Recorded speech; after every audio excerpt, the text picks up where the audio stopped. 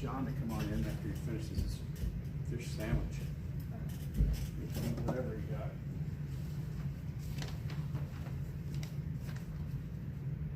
I heard the good news about James Grant. He could be out in a couple of days. Bluetooth connected. Test. What's the name of those Bluetooth devices? I was wondering if it would. Oh, I could look on your list. Test. If you want. What do you want to do? Connect to something? Maybe not while we're on air, but sometime it would be. Hey, John? Oh.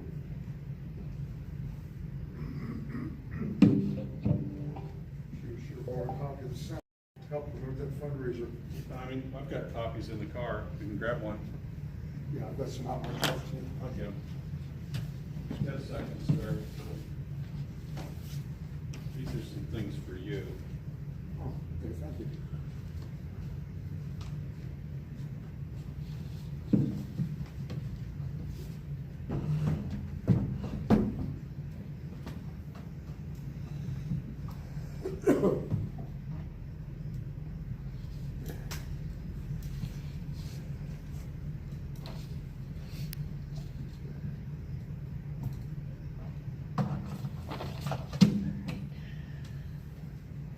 So we got the update on Scott Miller's baby.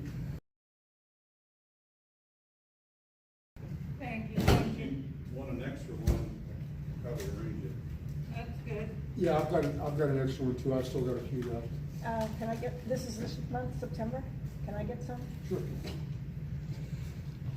We're gonna, I hate every to, month I keep upping the amount we print. I'm gonna print extras, thank you.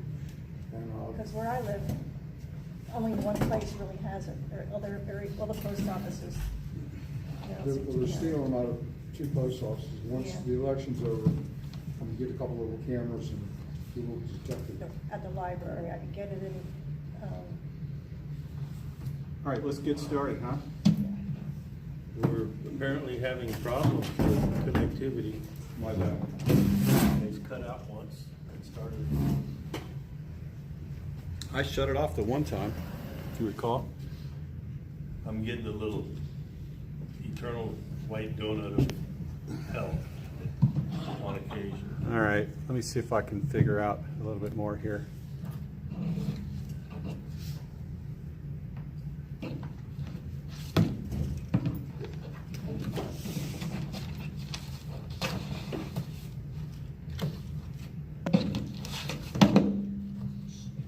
You might want to kill that mic.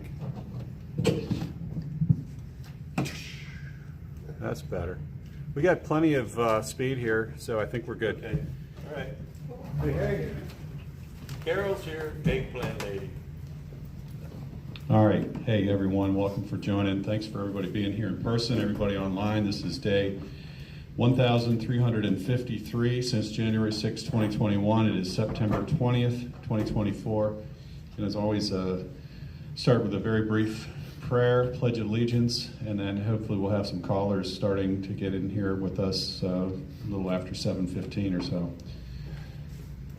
Heavenly Father, thank you again for supporting these January 6ers and their families, especially the children. We've got some good news here to share later, and I'm sure that your hand was involved in it in some way, and giving these men and their families the strength and perseverance to carry through these terrible times. And again, just give all of us the wisdom and courage to do what we can to help these individuals in their plights and as they work through this justice system. In Jesus' name, amen. Pledge allegiance To the flag of the United States of America and to the republic for which it stands, one nation, under God, indivisible, with liberty and justice for all. All right.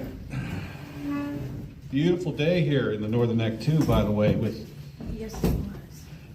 looks like you've been out in the sunshine again.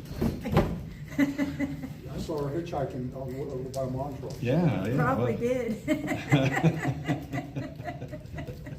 Florida or bust, right? Yeah. Well, yeah, some news, I guess, but I'll start out with just a couple of things that everybody forgive us for missing last Friday night. I think that was probably the third vigil, maybe, in almost 2 years that we did not do. And it's because I was in Texas for this First Amendment Film Festival, 1AF Film Festival, 1afilmfestival.com. Over 13 and a half hours of video of films that were presented, and the topics, as I've laid out before, were everything from the COVID pandemic, the election. That was Professor David Kliman's great film, over 2 hours and 18 minutes, Let My People Go. That film is almost a year and a half old now. And that was a fantastic film there. Then they got into some short films, which were really cool. Some of these short films were pretty neat, that having to do with January 6th, and I would say maybe delving into other topics, including just recommend a couple of these. There was a journal, and then another one, a little longer, 25 minutes, called The Iris Echo, and these were really, really very artistic, very well done. They kind of take you to another place and completely transport you into a potential future that could come to us if we allow the powers that be to silence our voices. So, Right. very cool. Writing history, the journalistic battle of January 6th. Daniel Goodwin, I did get to meet him. I think I was trying to tell you about who I got to meet down there, but Daniel Goodwin was one of them. And he was instrumental in that film. David Summerall's film, 1,000 Days of Terror, only 5 minutes, 23 seconds, it's a shorty. More on January 6th, probably the true timeline is the one that really, I think, was most impactful. That one's been out for a little bit too, but most impactful in terms of timestamps, video timestamps of what was happening when, and the different things, and colored smoke bombs going off, signals like that to indicate when they were done with certain things. For instance, I think that smoke bombs went off right when Ashley Babbitt was shot, and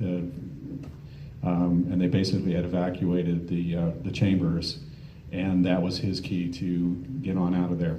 And so this individual, supposedly working on his own, or being part of the whole organization, was escorted with a group of like 4 people in front of him and 4 people behind him as soon as those smoke things went off. Yeah, I've got some more stuff on that later. I'll report on. That'd be great, John. Yeah. So you say it That's was a great film. staged, the whole thing? Is that what you're saying? It was staged? He's out there Well, shouting? the whole thing was The Babbitt certainly part. planned. That's what I There was contingency plans. There was all kinds of stuff going on. And once they found that that's why they started shooting the flashbangs into the crowd, because the crowd was peaceful. They were singing the national anthem. They were, like pushing up against the barriers, but they weren't trying to take over the building or anything. That's when they started shooting into the middle of the crowd, not at the front of the crowd to disperse them, but right in the Try and middle. get him to, okay.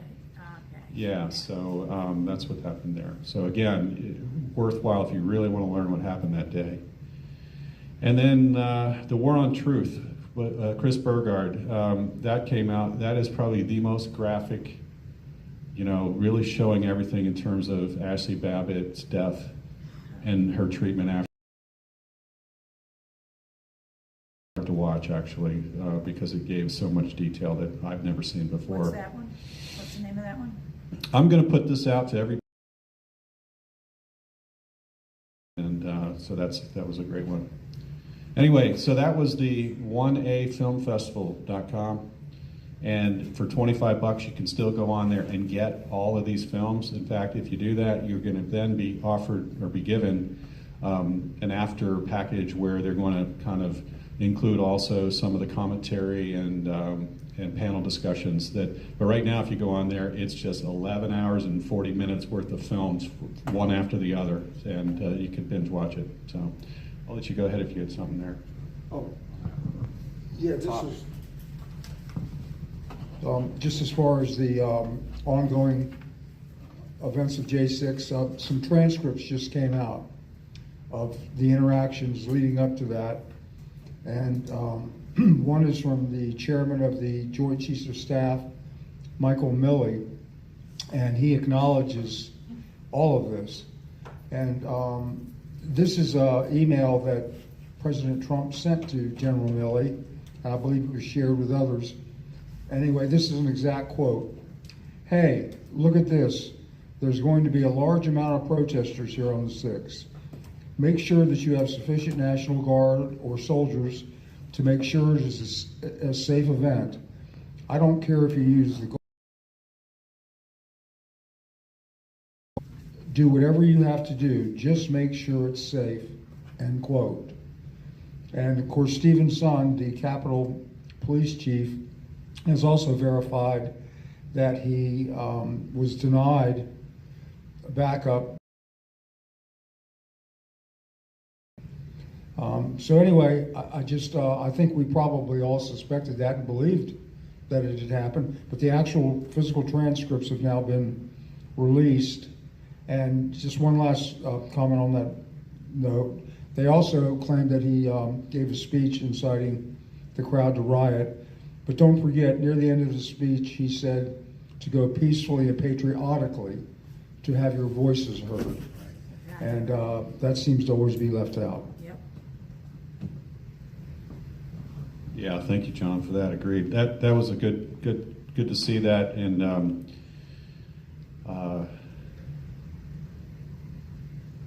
NPR J6. I always go on that every week and look. Friday afternoons, it's typically updated at about 5:30 in the afternoon.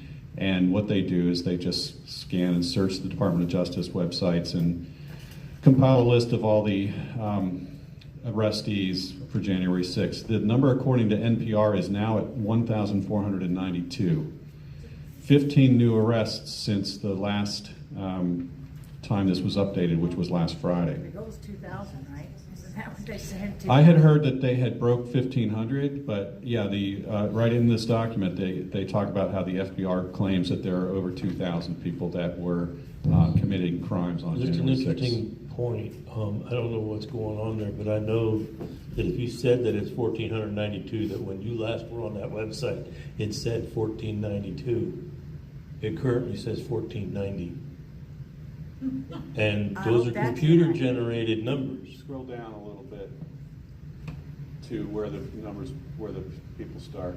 What's it say there? Oh, there's the 1,492. All right, so again, I'm it's full of crap. no, it's somebody's updating this stuff kind of on the fly. 15 new arrests. So let's read them here.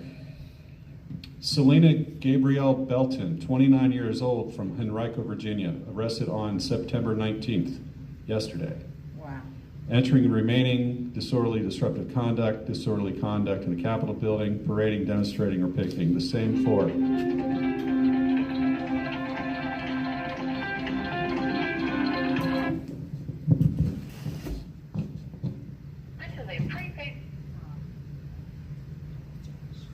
It's not on there. The other one. An inmate is awaited in DC Central Detention Facility.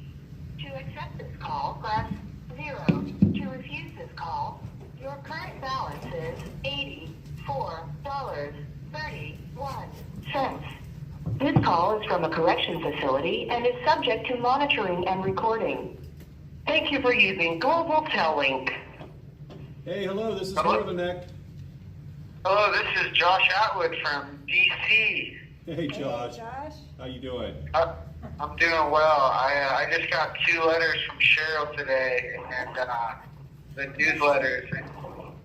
Wow. One, thank you, and happy birthday to you also. Yes, we That's share the same pretty birthday. cool.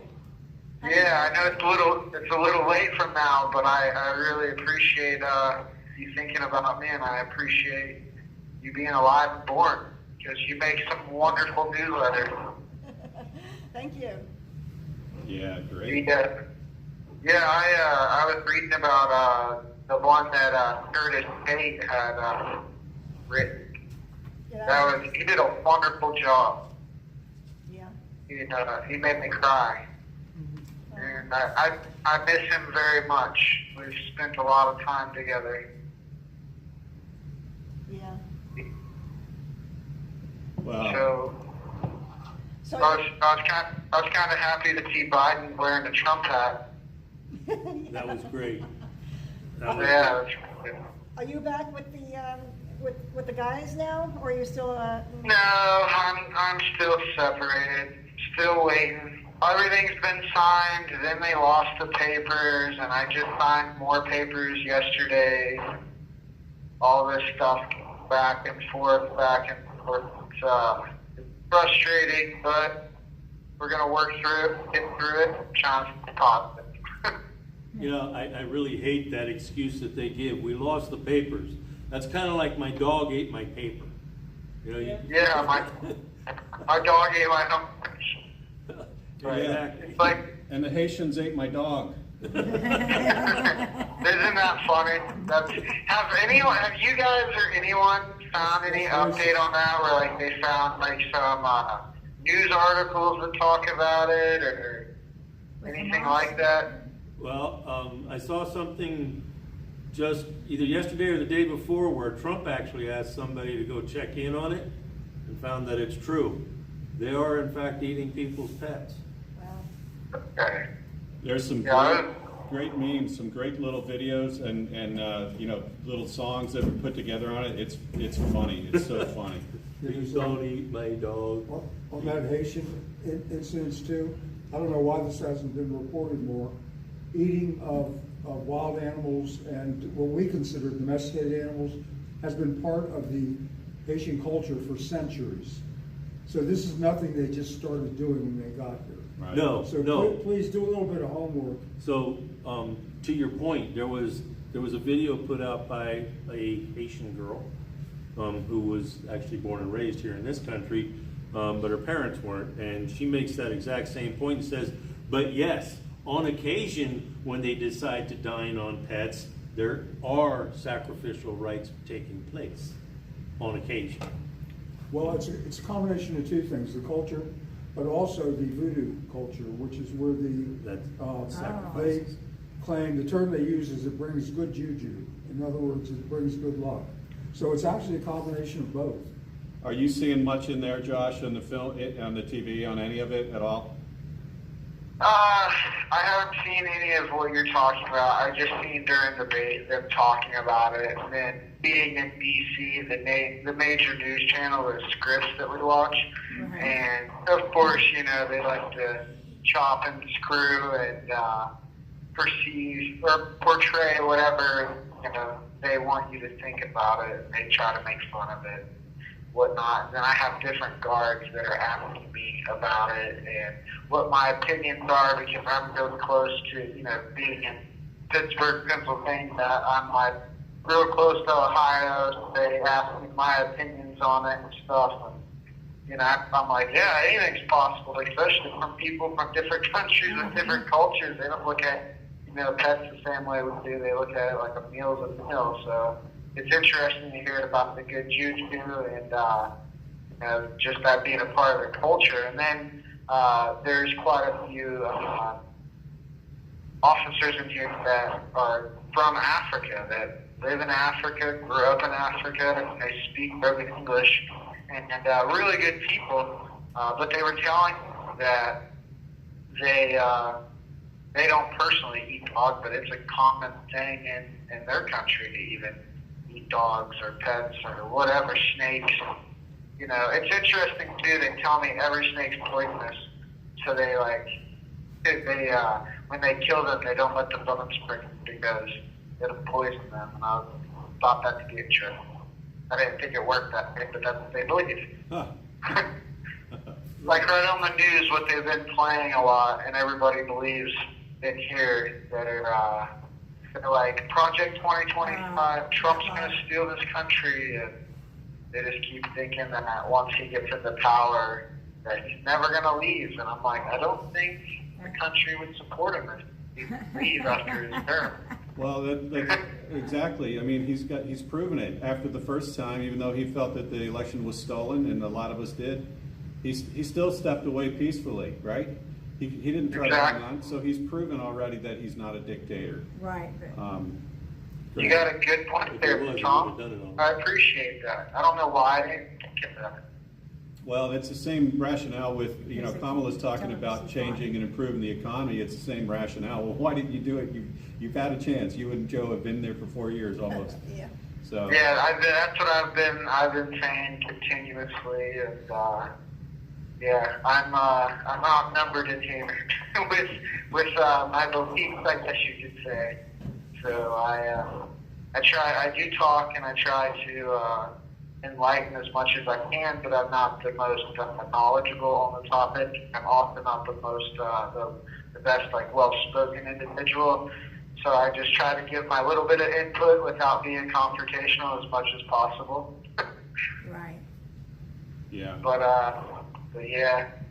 Well, we've heard you have to be careful kind of what you get into in there, right? With what kind of topics that you engage in. Is that true?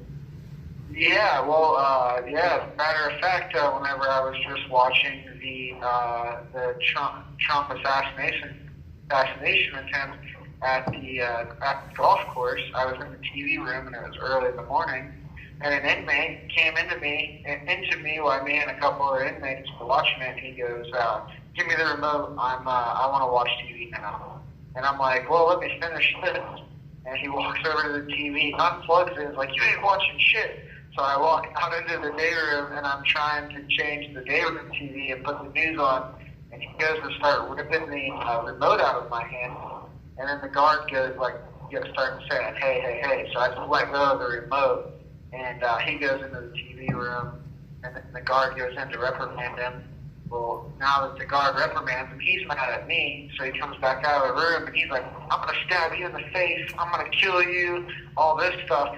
So I was like, I don't take that lightly, and I looked at the guard, and I was like, "You heard that, right?" I was like I want him written up for that, and I wrote an IGP, and the guy's like, "I can't believe you're telling." I was like, "I have 3 little babies at home, I have a head injury, and I don't know who this guy is, I don't know what kind of mental illness he has, or whatever's going on, and I'm not taking no chances."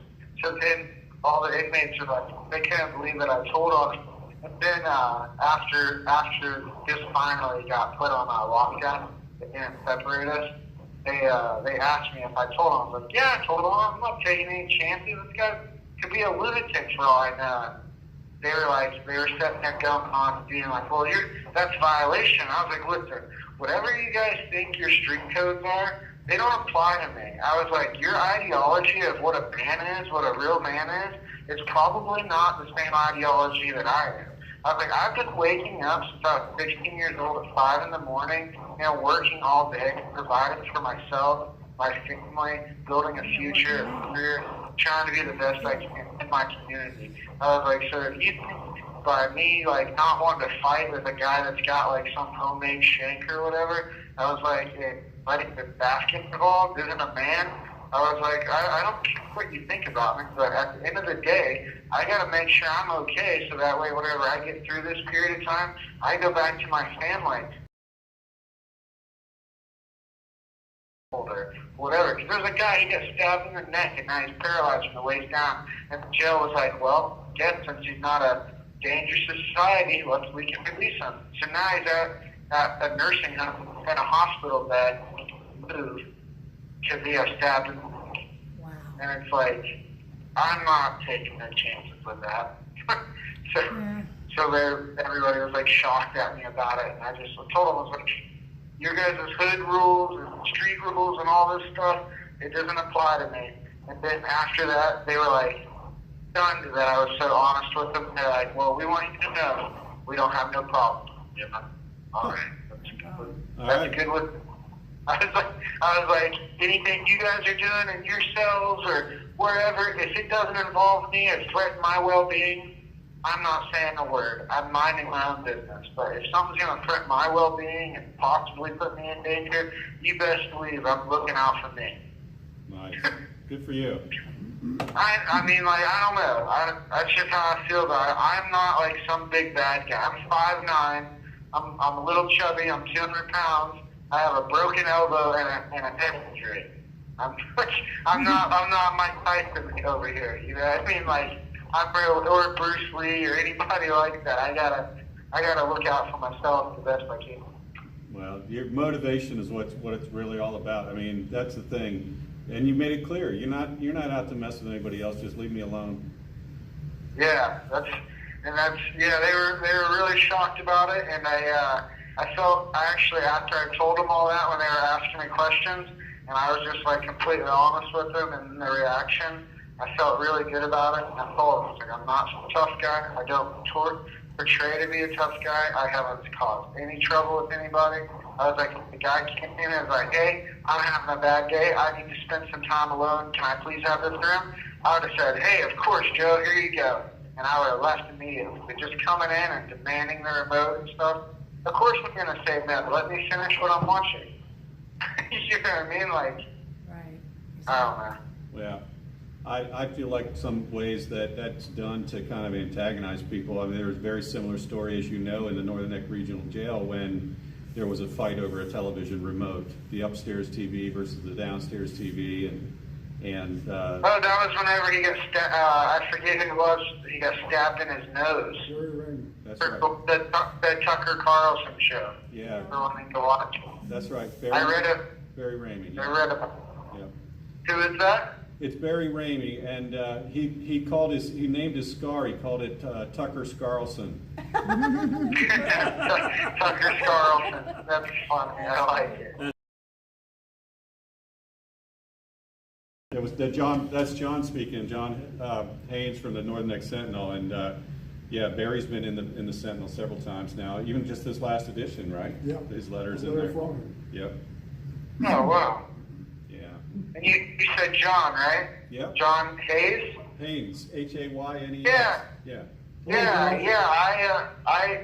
Hello. How are you doing, John? Good to hear from you. Good hearing from you too. Thank you for all your hard work that you put in on the Centennial.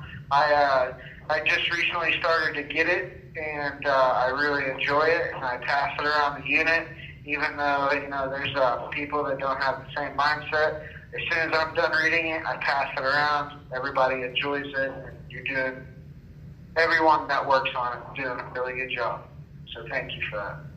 Thanks a lot, I appreciate it.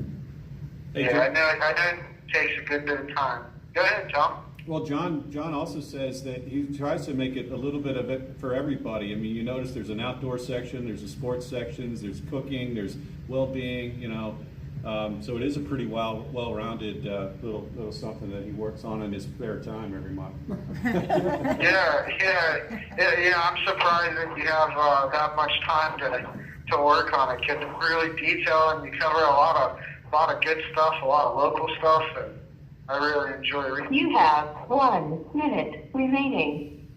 There's so much more that I've been going on with the family. Amelia started school, and now I just had my uncles come over, cleaning service, the oil furnace, and they're starting to get ready for the fall, and there's all kinds of good stuff. But I really appreciate the time that I've had talking with you guys, and I hope you keep sending me stuff. And Cheryl, I'm going to respond, I promise. No So problem. thank you for being patient with me. And I love you guys. Thank you for giving us a voice. And I'll do my best to call this coming Friday. That's Hopefully it. I'm back in the unit by then. Yeah, Yeah, that'd be great. that would be nice. All right. Take care, guys. Thanks, Josh. Good. Thank you. God bless you, man. God bless. Bye-bye. That was Joshua Atwood. Thank you for using His Global Towing. inmate number is 389632. Just in case anybody has a little bit of money in their pocket, they don't know what. Appreciate any commissary money or anything on his tablet. 389632. All right, that was great. So let me get through these other names real quick here. Second of the 15 new arrestees from last month. Todd Michael Bills, 59 years old, from Coldwater, Ohio. He was arrested on September 16th in Toledo. Again, the same 4 misdemeanors. Bennett Andrew Blair from Virginia was arrested on September 19th, yesterday, in Richmond, Virginia. Same 4. Kristen Oliver Cunningham, 53 years old, California, was arrested on September 6th. Maybe they missed this one, or it's a typo, might have been the 16th, but in Arcata, California. August Garcia was arrested on September 16th in Cheyenne, Wyoming. Justina Nicole Guardino, 32 years old, from Wilmington, North Carolina, arrested on September 12th. Richard Gutowski was arrested on September 13th in Defiance, Ohio.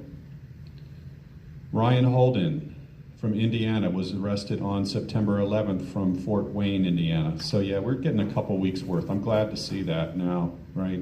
Yeah, that's last week and this week. So I was concerned when I saw 15 names, because that would be really ramping up in 1 week. So this is a representative of 2 weeks, it looks like. I think I said Ryan Holden from Fort Wayne, Indiana. Brian Holmes from Martinsburg, West Virginia, arrested on September 13th. Kevin Moore from Logan, West Virginia, arrested on September 16th in Huntington, West Virginia. Blake Patterson, arrested in Fort Wayne, Indiana, on September 11th. And Alexander Kane Poplin, Hawaii.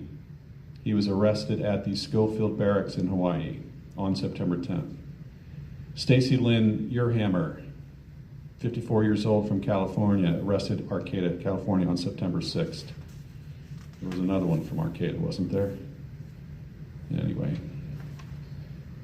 David Walker, 49 years old, from Delran, New Jersey, was arrested in Philadelphia on September 12th. Philip Walker, 52 years old, Upper Chichester, Pennsylvania, was arrested on September 12th in Newtown Square. And that was the 15 new arrestees on the NPR database that gets published every Friday. You were right. There are 2 people from Arcata arrested on the same day. Well, we have some good news about James Grant. He had his trial or his sentencing yesterday, and he was sentenced to 36 months. He already served 34 months, so he's expected to get out any time now. They're counting the days, minutes, whatever. It's going to be, they think, really soon. And hopefully he'll call tonight so we could say goodbye to him. But they were all happy yesterday talking about that. And Benjamin Burlew, I think, was supposed to have something, have his sentencing today, but I couldn't find anything online. Did we find anything whether he was? I don't think there was a sentence. I don't think he was today.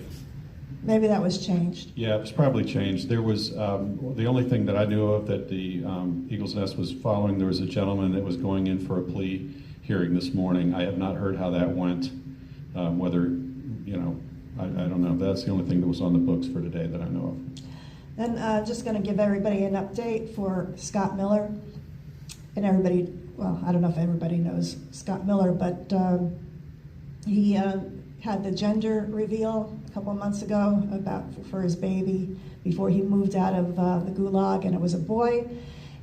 His son, Jonas, was born on August 29th, and he was 7 pounds, 5 ounces. And he says, my son Jonas was born on August 29th. I actually got to hear him born right over the phone, which was pretty miraculous considering I could only make 1 phone call every 15 minutes. And our phones were down quite often. He was 7 pounds, 5 ounces, and is doing well. So is his mom. I can't express how happy it makes my wife and I to be parents now. And he's in Loretto, and he also has a job. And he brings cleaning chemicals from the unit up to from the safety department to his unit. And he gets a whopping $9 a month for that. And he applied for another job, and hopefully he'll get some more income besides the $9 a month, which will help him with his commissary. Also one other thing, if everybody could say a prayer for Christopher Quaglin's father. He's having surgery on Monday for his heart, and it should go well, but everybody could say a prayer for him. What's his first name again? But Robert Quaglin. Thanks, Cheryl, for that. Yeah, I saw something on that. That's big. So I want to add a little color to James Grant's sentencing yesterday, which I attended. And I can tell you all, anyone out there, it's very simple to get into the Perryman Courthouse downtown, parking on the street. It's not that hard to figure out, garage parking nearby. It's a simple metal detector kind of situation to go in, take your belt off, whatever. It's not hard to get into the courthouse, find your way around. You can go on the DC District Court schedule to find out when these things are happening. But please go to a sentence, go to a trial, go in there and listen and watch the performance. And that's the only thing I can call it, is a performance. That's being kind. Yes. Part of what you'll see in a sentence is they go in and they kind of do some little cleanup of any new objections that have come up since trial or anything, and then they dump into the guidelines calculation. And this is a set of regulations that were established to provide some sort of standardization for how you can be sentenced, and then you can have enhancements and so on. So the base level of the guidelines for James Grant's crimes, or what he was found guilty of, was a base level of 14. Now, I won't go into what 14 means. It doesn't mean 14 months, 14 years. It's 14, and it's a scale that goes probably less than 50. But then there were enough enhancements that it took that 14 to a 26. And James's attorney was pushing back a little bit and objecting that he felt quite strongly that it needed to point out that this was a 70% increase. And he actually used the phrase, this almost feels like a Moroccan bazaar here, a little bit of haggling back and forth for time. I thought that was amazing that he said that. Then they got into basically the allocution where the government makes their statements, the defense makes their statements, and then the defendant himself can make a statement if they want. James was encouraged not to speak by his own attorney, because that can work against you if you're not careful. So, but before James spoke, his attorney, his attorney spoke a little bit about James's experience, and I found this very interesting, of course, since we're here outside of, in Warsaw, Virginia, where the Northern Neck Regional Jail is. The attorney started speaking about the conditions that James had endured throughout his travels, starting out with, NNRJ is an awful place. The inmates there think that the doctor is a veterinarian. I had never heard that before. I don't believe he's a veterinarian. He is a doctor around town, but they don't think very much of his medical skills, apparently. The attorney says, he said it's an awful place. It's not like a fine wine that improves with age. He said the food is almost inedible. James is a good kid, and Your Honor, if you release him, I have enough faith in him that I'll take him home with me and won't just throw him out in the woods or the wind, and I trust him enough to bring him into my own home. That was a nice statement from his own attorney on what he would do. And then James went, and he did speak a little bit. He said, on January 6th, I was 28 years old. I spent 3 birthdays in jail and watched my parents both turn 70 years old while I was in jail. So in addition to the 36 months, he got 6 months sentences for some of his lesser charges. Those are concurrent, so the worst one is the one that he goes with. To your point, 36, he's been in 32 and a half months already. So with the 85% rule, it sounds like he should be getting credited for time served. Why the judges wouldn't say that there, I don't know, because maybe that would be too sensational. But he also got a $240 special assessment, which is essentially a fine. He's going to have various testing and checking in with his, I think he got 3 years of supervised release after he completes his sentence. DNA collection, substance abuse, all kinds of things, programs he's going to have to go into, and a $2,000 restitution to the architect of the Capitol. That $2,000 fine is being levied Turning on into millions. well, it's on everybody, but if you do the 2,000 times 2,000 people times $2,000, you know, you can kind of see how they arrived at where they were trying to get to. They're very So strict on collecting that too, yeah, they're going to collect all that. So which we learned today. that was James' update. So yeah, I hope he does call and talk tonight. I mean, who knows? He could have been pulled out today. Who knows?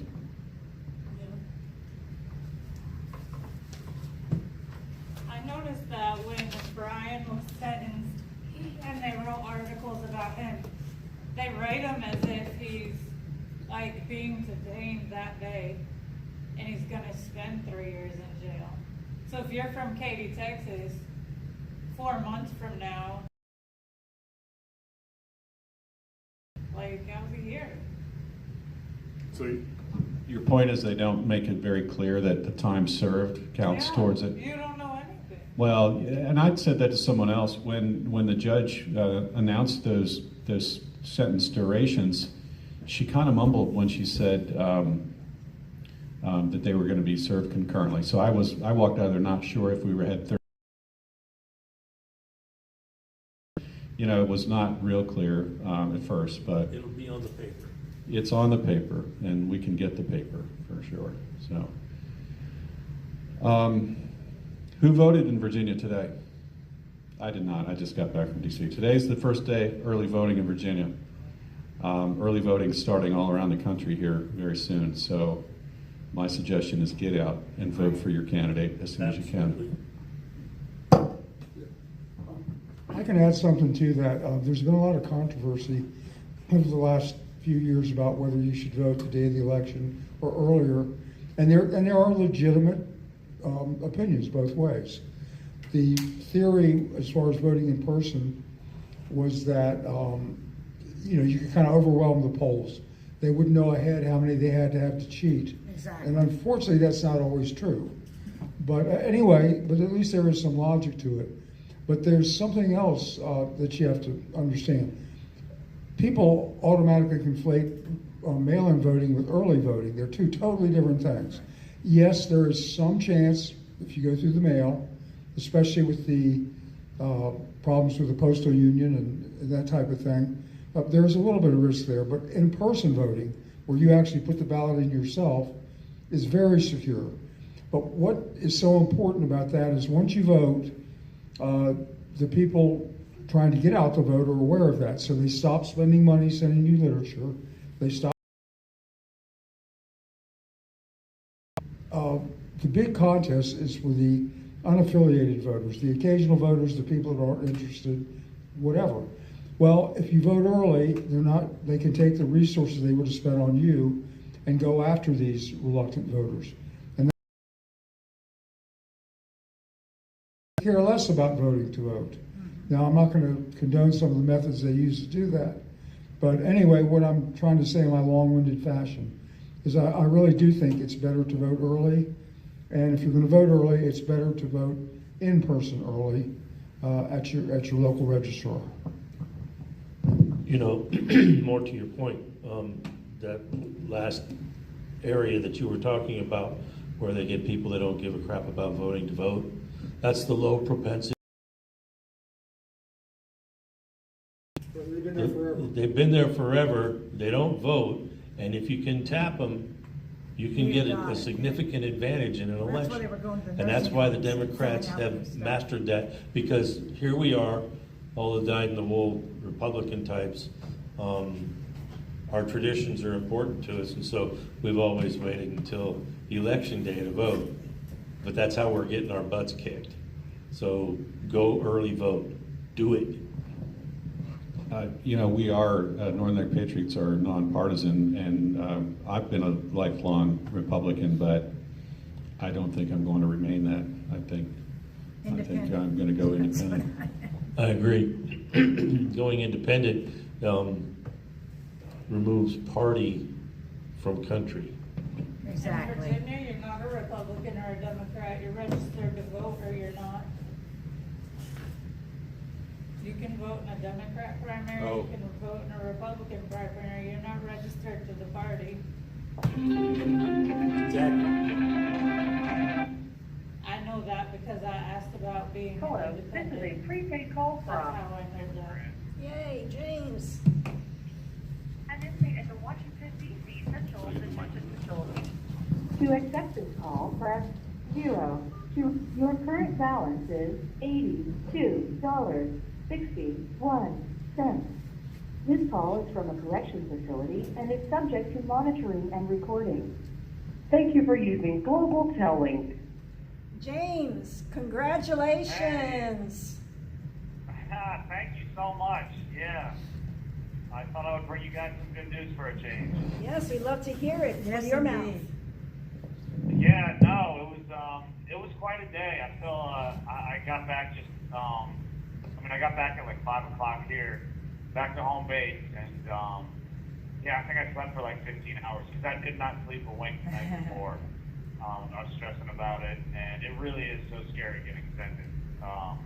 And I think she was playing with me, but the day started off terrible because I got up to go get ready, and the CO was telling me that they didn't have me on the roster, and I didn't have court today, and I'm like, I'm pretty sure I have court today. I've had this date circled for like the last 6 weeks, but he told me I didn't have court, and then I go to lie down, kind of start to go back to sleep, although I just pounded like a thing of tea. When I was cleaning out my cell, I found a tea bag, which they let us buy tea for like 1 week, and you could buy like a 48-count box, but then they stopped selling it. So tea bags around here became like a really valuable commodity, and I found one that I had like stored away with all the letters I've gotten. So I made that. It was perfect, and saved it just in time.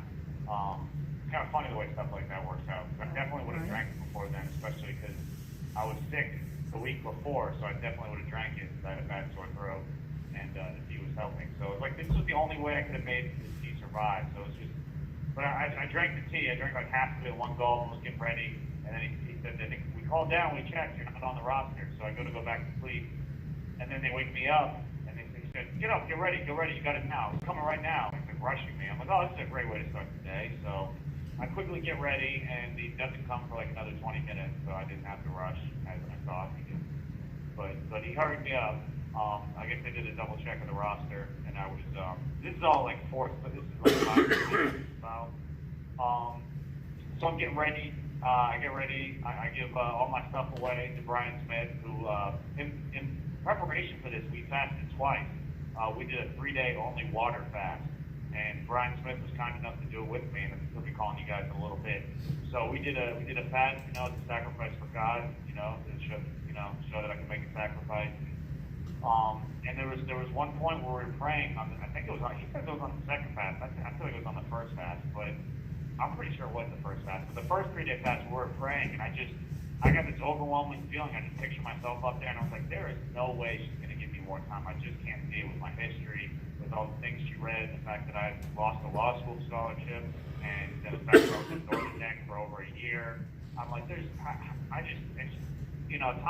said it too.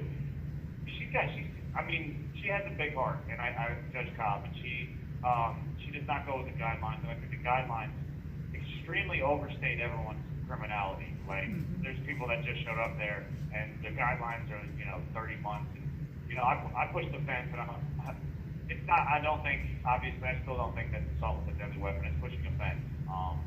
So, saying that I should do 5 to 6 years for that was massively overstating what happened, especially for the fact that no one was hurt there was no injury related to my pushing of the fence. But right after that, and they make sure to cut this footage out of everything, but right after that, right at the beginning of January 6th, I was full sprint decked in the face by a really large Capitol police officer, and that's against the law. they're only supposed to meet force with equal force. So if you're grappling, they should only grapple. I was pulling someone off the cop, so I wasn't even doing anything wrong. I'd like to think I was doing something right. I was pulling my co-defendant off of a cop, and I didn't even see him till the last second. I only know from watching the footage, and obviously that it happens, but the guy comes sprinting down the stairs. He's the size of an NFL linebacker and throws a full haymaker and hits me in the face. You know, lucky I can really take a punch because I got right back up, but I didn't see it till the last second. There was a flash of white, and I'm sure I was unconscious for a second. Probably was concussed for the rest of the day. And I think it's important too because this is right at the beginning of January 6th that a cop against, you know, Capitol Protocol against DC Protocol, you know, full haymaker me in the face when I wasn't even looking at him, gave me no warning. And yeah, I mean that's from the start. That's what kind of time they were on from the start. Breaking the law. Now, I mean their defense is going to be he was overwhelmed, but I mean even a pusher. I mean that punch could have killed me, and I was about 140 pounds, maybe less at the time. And he was much bigger from a running start. It genuinely could have killed me, and we're lucky it didn't. And I don't know how that day would have looked if I had gotten punched and killed at the beginning. I think it would be a whole different day, and maybe it wouldn't have changed that much. But you know, history could have been really massively changed by that. But so yeah, I go down there and I'm waiting, and you know, I'm running through in my head, you know, allocutions. And my lawyer didn't want me to give an allocution, but you know, I'm running those in my head, and I finally get down to the jail, and you know, they call me up there, and first Hensel goes, and I guess he had some medical issues, and it also kind of threw me off that Judge Cobb had switched courtrooms. So it was a different courtroom than the one I went to trial for, which is where I pictured I was going to be talking. So that new setting kind of threw me off, but I guess they moved her. But man, I mean, if my nerves were going the other time during the other, you know, during the other times I've gone to court during the trial, I mean, my cousin is actually a prosecutor for the federal government out of DC. He's in the Consumer Protection Division.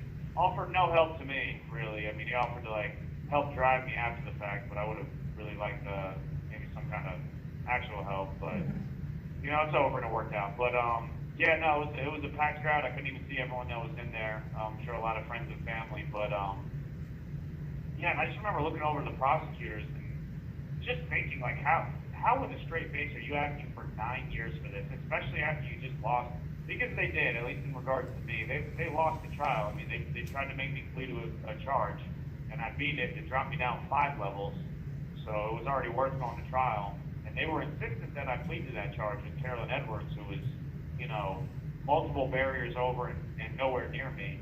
But I mean, just the audacity of them to ask for 9 years, and I just really wonder, like, what if they would have gotten it, and I went to a medium and I was killed there, or, you know, I was stabbed, just, you know, something terrible happened. And I mean, I just, in a situation like that, I don't know how they, you know, I don't know how they're all right with that. I just, the only thing I can think of is that they rationalized, they truly hate us, and they would have been all right with that, because I think in no universe, and I'm really glad my lawyer, Robert Plantel, was able to articulate this, but I mean, it was nowhere near reality. I mean, for pushing a fence 9 years, I mean, that's, I don't know. They hate us that you bad. know, Soviet Russia or any, and no one got hurt. I mean, if someone died maybe, but I mean, you pushed the fence and no one got hurt. And then, but I think what makes it even crazier is I got punched in the face full screen, could have killed me afterwards, which I think is hands down worse than anything I was charged with. And it happened like right after, for trying to pull someone off a cop. And I'm really relieved I can say this now, because it's been like 3 years of not being able to talk about it, and I think I'm still going to appeal, but, you know, something worse happened to me that they're even charging me with. And then I got 3 years in jail, not to mention I lost a law school scholarship to a fantastic university.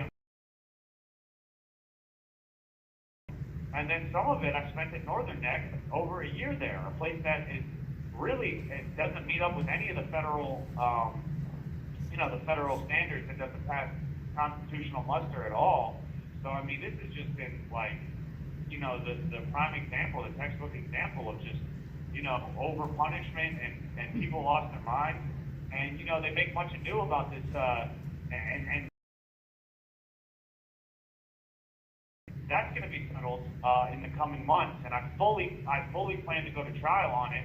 But I had gotten my AR out of storage, as I put it in storage. I rented a storage unit because you're not allowed to have it on pre-trial, even though you are not a felon at that point. But because you get accused of a felony, I guess they can just demand that you can't exercise your Second Amendment right.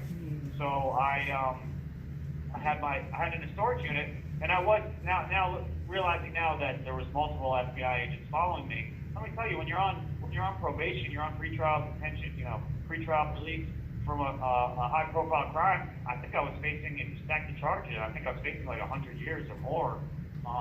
You tend to freak out, and then you look back, and there's always, feds and tails following you. It stresses you the heck out, and that's going to be confirmed. And I fully expect them to drop the charge. I hope they do the right thing, especially because that charge got me sent to Northern Neck, and I think I ended up doing more time as a result. So I've been more than punished. But the point I was making with that was they make so much, of this misdemeanor. It was a misdemeanor, like a class 5 misdemeanor. They let me out the next day. They tried to act like, and then they tried to say I had a loaded AR. I had a little mag coupler with 2 magazines that just was in the box. They 60 rounds of ammunition. Well, I'm sure I don't have to tell you guys, the standard AR magazine holds 30 rounds. That's not I would think any cop that goes on the duty has three or 4 magazines with them. So it's not like some absurd number, but I guess the people, it sounds good, 60 rounds of ammunition. They made the whole thing. I had one pair of pants that was like camo pants that I was selling on eBay, and through that one pair of pants, they said I had army fatigues and act like I was, the Unabomber or something for one pair of army. I mean, it's just they make everything sound so bad. One thing I'm really grateful for, though, is that my dad said in a lot of the articles they are now talking. They actually at least mention my law school scholarship, because before all the articles were just hit pieces, and they just only negative things about me. I guess what did he do for a living? None of that. And don't talk about what I did for the rest of my life. But it's at least making its way into some of the articles now, and I guess it's something interesting. But no, it's just crazy that I've been charged and did 3 years on something when something worse happened to me about 5 seconds later. And I don't know how you can have an assault with a deadly weapon without injury unless you hold a gun or a knife to someone. And it speaks further to the fact that both officers that were alleged victims in front of me were asked was a weapon used, and they both responded no. And yet I was still somehow convicted of assault with a deadly weapon. And that's anyone who knows enough about, unfortunately, we all have to learn about the federal law, is that the deadly weapon card is what makes it so bad, and then it can add more time and you don't get the first step back. So that made everything worse and enhanced it up. It's just been a whole bundle of unfairness, but going James, back to... John Haynes would like to ask you a question. Sure. How are you, John? Good. I know how you've been, so I'm not going to ask you. But I'm conducting a poll, James, of people that have attended and are proud graduates of the Northern Neck Regional Jail, and I'm asking them to rank the worst jail that they stayed in. So could you opine on that? You're asking to rank this jail on what? On the worst conditions and treatment. Well, I'd say the worst thing that happened to me at one time, and I spoke about this in my allocution, was that at one point Officer Randall and I think the Captain Ball left me handcuffed in a cell not in a cell. They left me handcuffed in a lawyer meeting, and this is on film. They'll be able to pull this, and I'm sure we'll have to settle with it. But they left me handcuffed in a cell for an hour and a half, and later admitted, and I've been in contact with one of the guys here in the DC jail. He remembers it. Officer Randall, they came around and said, we were doing that just to mess with you, right? And he had this look on his face like he was so pleased with himself. Like just psychopathic. I'm trying to think, there's so many things. I didn't personally witness it, but one of my bunkmates he did seem shook up, but he said they took him back in handcuffs and beat him. And I've heard many stories about that. So I've got a document. Yeah. What I'm trying to do is get a kind of a ranking. 1 to 10? Would you say that they were the worst facility you stayed at? Or no? Oh, by far. That's not By even. far, Yeah. that answers my question. Yeah. Thank you, James. Yeah. No. Yes, sir. 1 out of 4. I've been in 3 other locations. And, yeah, Northern Neck absolutely took the case. And that's what I talked about. My lawyer, so I got up there. My lawyer didn't want me to give an allocution. And I said, I have to. You have 1 minute remaining. Yeah, so I told him I had to. And, you know, I did, and I'm glad I did. And I talked about how, you know, I spent 3 birthdays in jail. My parents both turned 70 while I was in there. And I didn't even speak to a lot of the other terrible things, but I talked about Northern Neck, and I said, you know, I have a little bit of survivor's guilt, you know, not being there anymore, and I feel bad for the people that still are. There's starvation going on there. There's mistreatment going on. I mean, it really lives up to and it's worse than just the little things, like how bad it smells. But, yeah, John, I was in 4 facilities, and Northern Neck was hands down not even close to the others. I mean, it was like another country. Yeah, that seems to be the consensus. Yeah, I would be shocked if anyone did not have it at their last one. I'm really curious to see the results of that poll, but thank you to the Northern Neck Patriots. Thank you guys, and thank you guys for getting me out of there. The weight has been lifted off my shoulders, and I can talk about things again and some of the injustices I've been through. So, Thank you for using Global Tellink. He's going to be a good attorney. I think he's going to get his wish. You know, That was a first step for him to get through the sentencing. Now he can start to think that veil has been lifted. You know, the pressure's off. He knows what lost a lot of those opportunities, but I think that if he's successful in appeals, and even better if President Trump gets elected and offers pardons to these guys, I think he'll have his opportunities restored to go back and pursue his law degree if he so chooses. Yeah, and I'd like to ask everybody here, because I know that all of you keep in touch with these guys. If you get a chance, please ask them the same question I just asked James Grant, because I am keeping track of their names, and I am running a poll, and I want to highlight just how bad these people are. I think we're getting ready to get a little more engaged. Several members were at this past jail meeting and made some very eloquent statements. And there's still evidence coming out. I'm still looking for whistleblowers. So I think it's time to ramp up the heat. We have the election coming up, and I don't want it to be where we win the election and everybody relaxes. What's going on at the Northern Neck Regional Jail has to be stopped. And I've got a lot of ideas how we can do it. We need to get some civilian members on the jail board. We need to have some type of forum set up to address some of these questions, and I think we can use creative ways. We can help recruit volunteers. If they are having trouble with religious services, we'll go out in the faith community and try to find it. You know, we'll try to help them with some of these programs, but we've got to pierce this shield they've built. Down to is this, and then I'll shut up. Every time one of these atrocities comes up, they investigate themselves, and they always find themselves completely innocent. There's just something basically wrong about that. And in this current edition of the Sentinel, there's a very eloquent letter by Barry Ramey, and he addresses that exact point. The fact that there is no redress, there is no accountability, and these people are creating acts against the J6ers far worse than anything the J6ers did. Your hotspot. I can't. You do know there was a Virginia man sentenced with him yesterday. Yeah, and he was remanded to custody, right? I don't know, was he? Yeah, I believe so. Wow. Let me see if I have those He's names. from my area.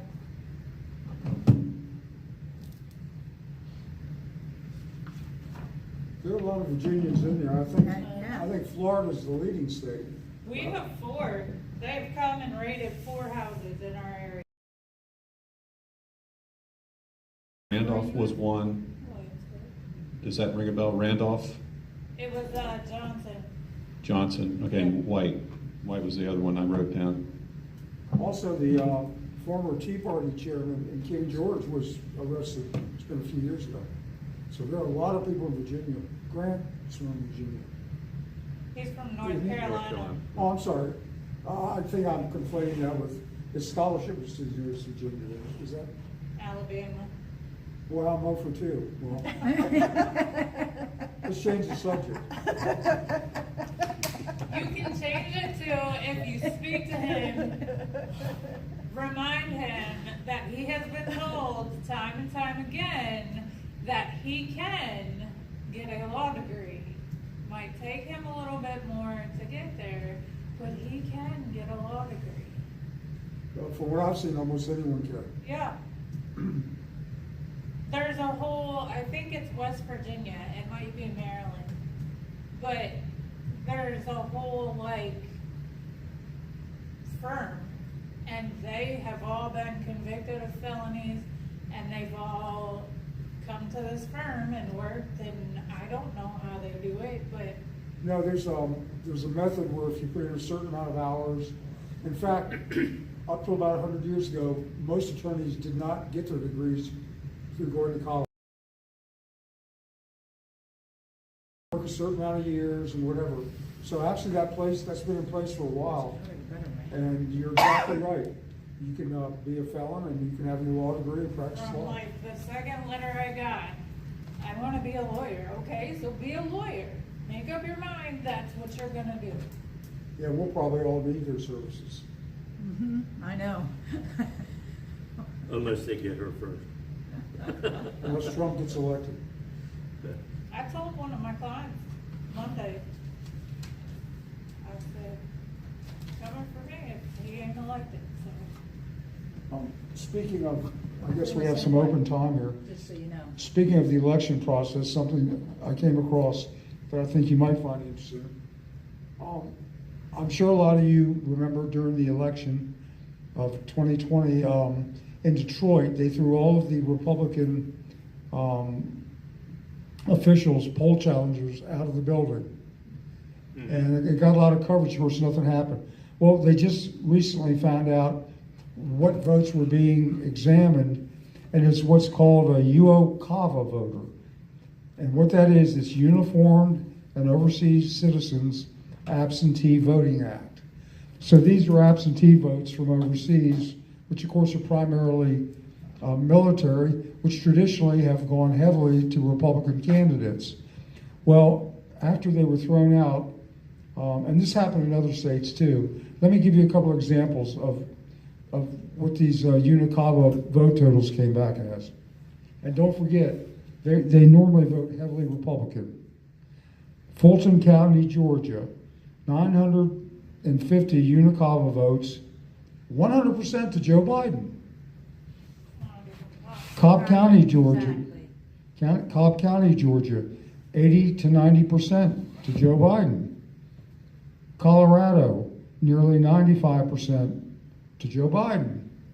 And on a more local level, Richmond County, Virginia, 1,000 votes, between 85 to 90% Joe Biden. No kidding. What a coincidence. You mean in good old Mayor Stoney's district? I don't believe it. What can I tell you? That was fun. It sounds to me like maybe those people that accuse us of being election deniers, they are the election deniers. Exactly. In all seriousness, folks, They are. that's just, The hypocrites that call us. the if it was, hypocrites, yes. if the damage done wasn't so severe, it would be hilarious. Exactly. It absolutely would be hilarious. Like, I don't know, Keystone Cop's hilarious. Yeah, well, it's just disgusting. But it sticks out like a sore thumb. It always has. And you've got a significant portion of this country that believes whatever the mainstream feeds them because, well, all they've got is maybe a 8 to 12 hour a day job, and they've got kids at home, and the idea that they can actually dig for anything and find it is kind of hard. So they believe it. They never question it. Like January 6th. On January 6th, the news media jumped in on everything real quick. Insurrection. And it was an insurrection. It's an insurrection. And right. the idea Still call it that tens of thousands of people showed up that day, not to mention the 100 million or so From all that over couldn't the be there. world.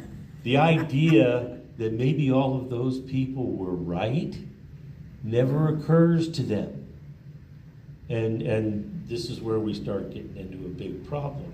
Yet when you get a busload that comes from one little town and has a little Yeah. march, the whole world feels that way. And you got a situation where these people, they believe what they got, but then they claim that nothing else makes sense.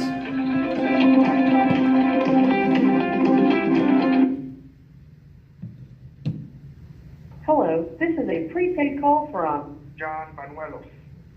Ah.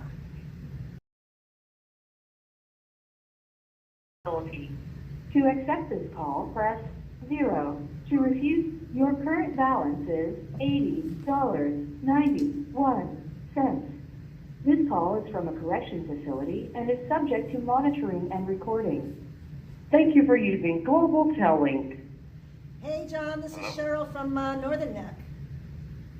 Hi, Sharon. This isn't John. This is Brian Smith. Fool me. When James finished, and I needed somebody to call for me because it takes a minute for the stuff to reset. How are you guys doing? Good. Hey, Brian. Hey, Brian Smith. Welcome. Potato salad. AKA Manuel. And who do I got here? I got Tom, Sherry, who? Cheryl, Tom, John, Haynes, and Maurice, and Carol. We're all, a lot of people here today. And Oh my goodness. And young Heather. It's an honor to call you guys. Heather. How is everybody? Doing well. Doing well. I was up in D.C. yesterday. I saw James's trial, or his sentencing, and went to the vigil last night, and so yeah, it was good to be there for that. Yeah, that was very cool. I was so happy. I was in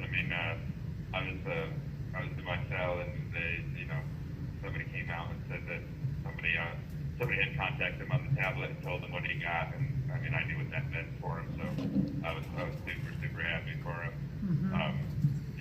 Grant and I, I fasted with him a few times going into that. Just coming into agreement with him. That the Lord's will would be done, and if he. If it was in his plan to let Grant out, he felt like he didn't have time, and that seems to be how it worked out. He should be getting out of here any day, the way that I understand it. I don't really fully understand this process, just because I've never been through it. I've only seen what I've seen during my time in here, but it seems like it's just like dotting I's and crossing T's as far as getting somebody to calculate up, that 85% of his sentence, and somebody signing some paperwork to get him out of here and going home. So super happy for him.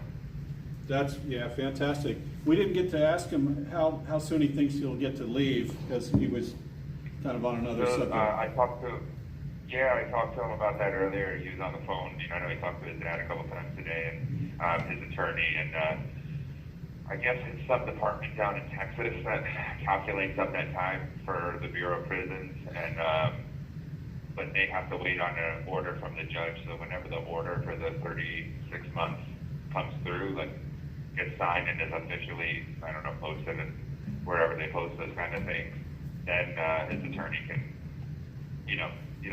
kind of push on the people down in Texas to get his time calculated on what he actually has to do and how much good time he already has from the months that he did, and get that letter drafted and signed by the judge that he's good to get out. So I think that they're hoping for sometime next week. The order maybe comes through Monday or Tuesday, and it takes somebody a couple days to do their job down there, and then get the order signed by the judge to release them. And hopefully he gets to stay here for all of that. He can't come around, sending him here and there, before he gets out. So I think that's kind of what the hope is at this point. Yeah, I tell you what, that was great news, though. I couldn't believe it when they were talking about the sentencing guidelines were 63 to 78 months, and yet the government wanted 108 months, 9 years.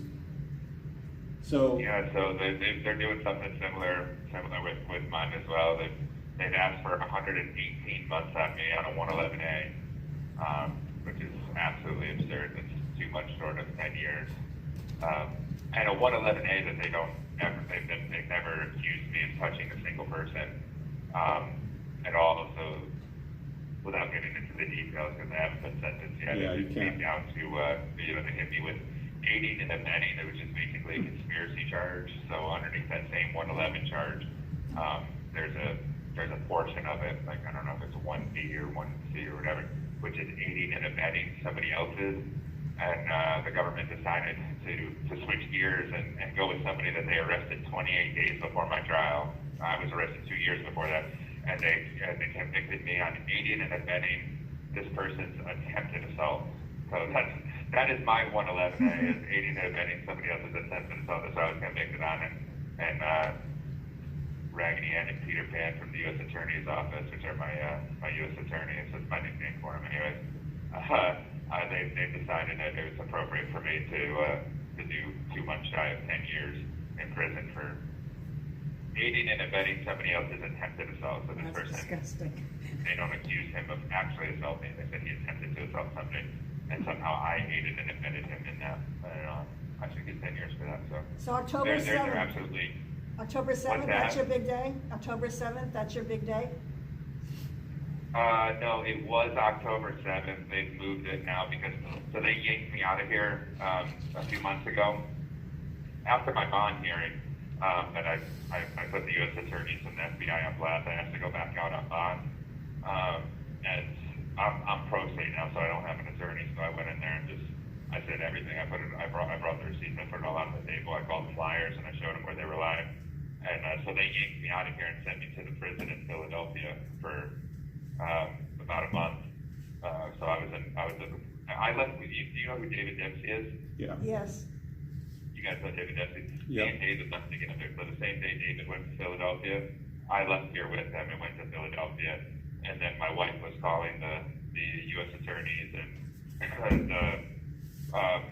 the public defender's office and the U.S. Marshals asking why I was removed from the D.C. jail and sent there because I haven't been sentenced yet.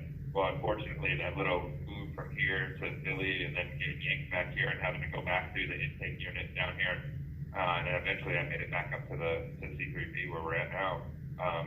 I missed my PSR for like the 5th time, and so I have gotten my PSR done now, but they moved my sentencing back to, I believe it's November the 15th now. Because I think I missed my PSR twice. I missed it once because they couldn't find me because nobody, even my standby counsel and the public defender's office didn't even know that I had been moved out of here and sat there. They didn't send anything. Just the U.S. Marshals came, had checked me with David Dempsey and put us in a van and yanked us to Philadelphia. And then so me and David went there. We were in the same unit over in Philadelphia. And I was there with him for about 3 weeks, and then my standby counsel from the public defender's office put an order in to have me move back here, and then they moved me back here. But it took another 2 weeks for me to get back to this pod. They had me in that intake unit, the South 2, for like 12 days when I first got back here too. So it was a wild ride, but all of that delayed my sentencing again. So Wow. now it's 2 days after my birthday. Happy birthday to me. Happy birthday. Yeah. Yeah. Yeah. How many other guys do you know that are in DC that are not in the pod with you guys? So when I was in intake, I met Jeremy Brown. I know he's here somewhere. There was another guy named Richard Millie or Milton or something like that. I met him for 1 day. He was in the intake unit, and I talked with the DC vigil recently, and I think they said that they were aware of 2 more people that had came into this. So these aren't people that were here and got removed for some reason or another. You know what I mean? Like I know Josh Atwood is down in SMU, and I know Ed is down in SMU because they got in fights with people that are selling the pod or whatever. And so they're in another unit here. But these are people I know. I know there's 2 in the jail. I believe that they told me that there's 4 that have came in recently that have never been in this pod, that are trying to get to this pod and without a bail. And I know I had trouble getting back up here. Because I said that I had requested to come here, and they said, well, that doesn't exist anymore. The people at the jail were calling it the Trump pod, or the J6 pod. I was like, I don't care what you guys call it. I knew that it's C3B. So I was like, I'm requesting to be transferred to C3B, and I was able to get back up here, and I had given those guys that information, but everybody that's coming into the jail on the CDS side, they're being told that this place doesn't exist, that it's been disbanded, that it's not here, and they're not trying to move anybody in here, that's for sure.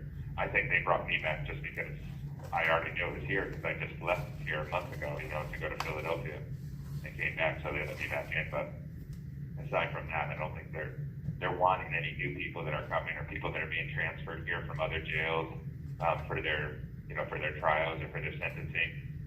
They're not trying to allow them up into this pod. I think they're trying to get rid of it. So. Well, it's good you got back there. I'm glad to hear that. Yeah. I was pretty surprised that they allowed me back up in here, but they've already tried to remove me once.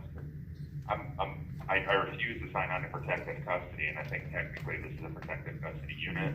So they gave me a hard time about it, but they eventually relented and let me up here. But they talked about removing me and sending me to general population if I don't sign on to protective custody. So we'll see what they do. But they've agreed. The case manager came yesterday, and she agreed to leave me in here at least until the family reunification day, which is next Saturday, which is really all I was primarily concerned with, because I have my wife and my kids coming, and I've got my parents flying down from New York and stuff to see them all before I get sentenced. So, and that's only a C3B thing, because different units in the jail had them in different months and different times during the year. So, whatever unit I'm going to, they most certainly already had their family reunification day.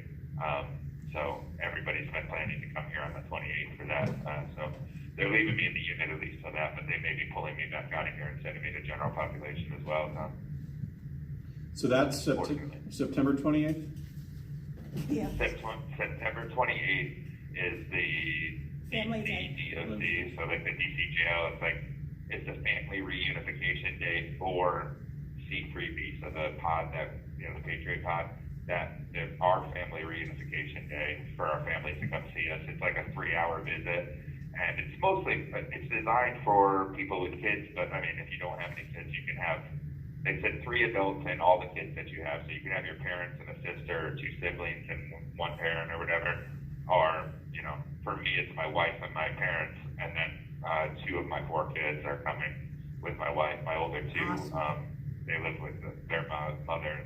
They're not going to be able to make it, but my 2 youngest with my wife, they're coming, and then my parents are flying. Good, I know they're looking forward to that. That's fantastic. So a lot of people are taking advantage of that too then, right? Yeah. I think just about everybody I spoke with had at least 1 person coming on that day, and I think my wife said when they called her for the instructions on what to wear or whatever, they had said that it was going to be outside. I know that they had got somebody coming to do music, so the kids can dance, and I think they said something maybe about face painting and some little games or something they're going to have. I think it's going to be outside, which is also going to be very nice because we have not seen outside. I haven't seen outside since before I went to Philadelphia. But these guys, they canceled the outside rec over a month ago. I think it's been at least hey, hold on a second. Hey, Oliver, how long has it been since you guys had outside rec? A couple months, right? Albert is really looking forward to it. He can't do it. Yeah, a month is what they're saying. Wow. Yeah. Since they had an outside rec, and they said that they're not going to do one until sometime in October. So it'll be 2 months before we get out for an outside basketball game or any other stuff they have out there. Just they said they were doing some sort of maintenance on the building over there, and there's some scaffolding, and so they won't bring us out to the rec yard or whatever. But I don't know. That's small potatoes, I guess, but it is nice to see the sun every once in a while. So I'm very much looking forward to the 28th because the way they understand that these games and festivities, as long as it's not raining, is going to be outside. So that's great. That will be good. Yeah. How's everybody doing up there around Northern Neck? Doing good. It's been busy. Doing good. Yeah, I mean, it was a beautiful day out here today, and you know, You have 1 minute remaining. it's the end of the season, so I'll give you your last minute back. Yeah, no. I just want to thank you guys for everything you're doing. I got the last couple of newsletters that you guys did. I made it back on your guys' mailing list, so I do appreciate that. I love reading them and getting them, and thank you for everything you've done and continue to do. It's an honor to talk with you guys, and thank you for keeping up the good fight. Well, it's our pleasure. We appreciate you calling and just learning more about you. Just And hang in there. yeah, always call us. We're back here every Friday. All right, hey, you guys be blessed. You All too. right. God bless, Brian. Take care.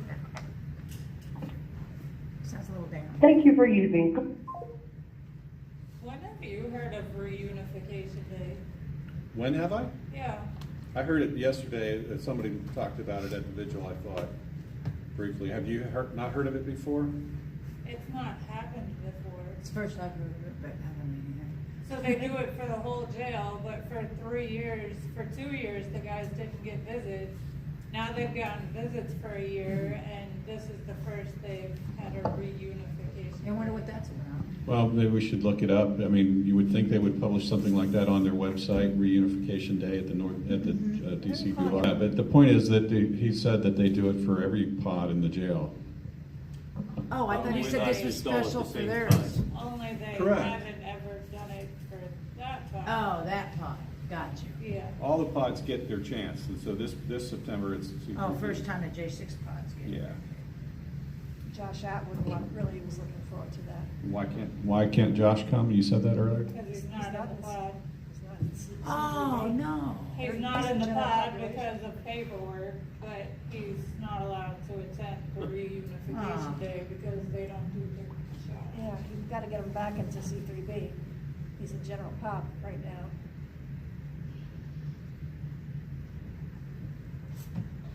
Well, you know, you type in DC Jail Reunification Day. There is no DC Jail website turning up in the search. It's all social media. Oh, and one local station that reported August's reunification. This I got down in Texas, and we have to gather candidates out. That you might find interesting because this is these are rates for advertising and subscriptions and stuff like that, and I knew it would, find it very interesting. Yeah, I always like to read these types of things. Tell them to leave a little early. I didn't get a chance to go to the store today, and I have to get there before it closes, because as you can see, I'm about to starve to death. I'm with you, brother. I also understand it sells beer.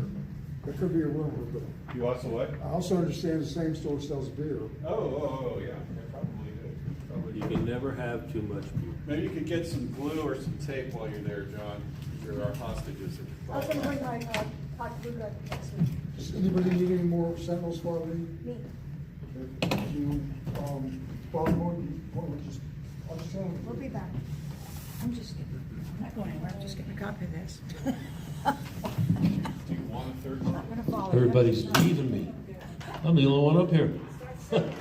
It's all good. So, one of the things that I noticed in the non-J6 happenings to endorse anybody. Did y'all catch that?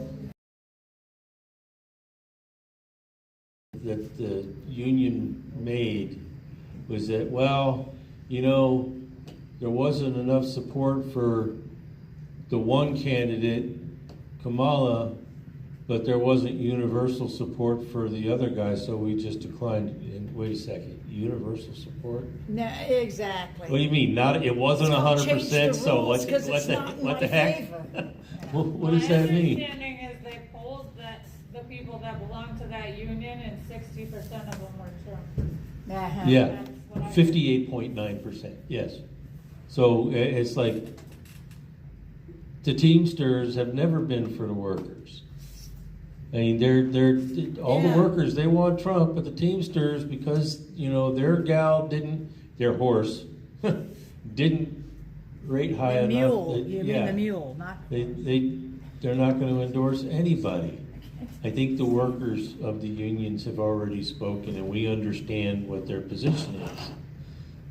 It's just ridiculous if you ask me. Yeah. There's a lot of weird stuff like that going on this week. You know, Trump held a rally in New York. I was gonna say, he's had a couple of them. He has. Well, how come whenever you can never get the information on them, it's almost impossible. Yeah. So that one was pretty big. That was just the other day. The pictures of it are awesome. If you've ever been to a Trump rally, you I know wanna that it's go to awesome. one. I haven't been. Oh, You haven't I've been to one? J6. Oh. I went to J6. That's somehow I think the context is different. You go to a Trump rally, there's some energy No, in that there. was a rally. There was good energy there until That was amazing. they were energy attacked by the coming through police. the earbuds. Yeah. Yeah. It was awesome. It was like this, shoulder to shoulder. Shoulder to shoulder, You like couldn't even family. move. The fifth Family. and the It was the sixth. whole DC. The The entire. 5th and the 6th were beautiful days. Yeah. I'm not sure how well you guys are, your audio is picking up on here. Well, it's probably somewhere in the middle of being legible and not. Yeah, okay. That's what I'm That's saying. fine. That's why we have the microphones. Yeah. He didn't start singing, did he? So. You missed a call. Sorry. I didn't think it was funny until her face. I knew what she would, because she. These are her babies. Yeah, which one? Which one? Who did I You miss? feel like they're your kids. I know that. Good God. You gotta read that letter I sent you, 'cause Okay. he needs more letters, because he's gonna end up in the box, he says. You got something else, Maurice? No, I'm done. That's on my to-do list tomorrow. I got lots of letters to read.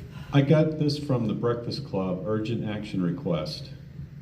And this has to do with the Virginia voter rolls. And they're urging Governor Youngkin to direct the Department of Elections to use every tool at their disposal to stop unqualified people registered and placed on our voter rolls. So here's the points of this. They actually wrote a proposed executive order titled Adoption of Additional Measures to Secure the Integrity of the Commonwealth's Voter List Maintenance, something cut off program maybe. It was delivered to Governor Youngkin on August 29th. And there are three things that they're asking him to, they're saying that he has the authority to enact immediately. Use the SAVE program, S-A-V-E program, to identify non-citizens at the front end of the approval process and deny voter registration to unqualified applicants. Require an exact match of Social Security number before final approval of voter registrations. And mandate the DMV to enter into an agreement to verify Social Security numbers with the SSA. I just saw a note today that college campuses are registering voters without any other information other than just their Of course they are. whatever. So that's available on all you all who tune into the Breakfast Club. It's in that correspondence from them. And I'm just trying to see if there's somewhere else to find it. You could probably just do a search for it. Some great pictures in here. Yeah, why don't you hold that up? So I brought this back from Texas. This is the MAGA Mouse, which is, who puts that out? It's part of the... Caitlin Merva. Yeah, so magamouse.com. It's a kid's book, basically. And It's gonna be my newsletter. I put all these little funny things in there to make people laugh. so, yeah, you could copy those things and put in there. That'd be great. Yeah, they go. So the MAGA Mouse story was about the mouse that one of the J6ers supposedly rescued and gave it a little bit of medical attention, and it nursed it back to life, and they cared for the mouse and became their friend. So pretty neat. Chris in the shoe. This is a little mouse. This letters. Half of them are What does from that you. look like? Yeah, right. That's my level of artwork there too, which would be, I'm waiting, I'm looking to see whether they say, you know, they, well, she probably doesn't know that Trump says bigly. bigly. John said he wanted to promote something in the paper here tonight. I guess I'll just go ahead and do it. He was talking about Barry's letter. Yeah. I love bigly. So everybody that has been tuning in for a while knows John Haynes is the editor of the Northern Neck Sentinel. One of the guys called it the Centennial, which is an easy mistake to make. But Northern Neck Sentinel, it's available online at simply www.nnsentinel.com. And on there he has all the back editions. You can go in and search. You can't really like type in keywords for a particular article. It's not that sophisticated, but if you wanted to get all the back issues for the last several years, you could go in there and do that. So this is the September 2024 issue up here in the right-hand corner. The volumes, I think that's the number of years, I believe. So this is year 7, 8 would be, yeah, so that's what that is. Upper left-hand corner, NNRJ horror stories continue to emerge. This is the new superintendent at the Northern Neck Regional Jail, Michelle Lewis, and it's worth a read. I think 3 different J6ers are mentioned in this article that John put together, and it's a fantastic paper. The guys love it that are on the mailing subscription list from the Sentinel. We know that they're getting them inside the DC Gulag, and they're also getting them into some of the BOP as well. So thanks to John Haynes for continuing to put out a quality piece of citizen journalism. All right.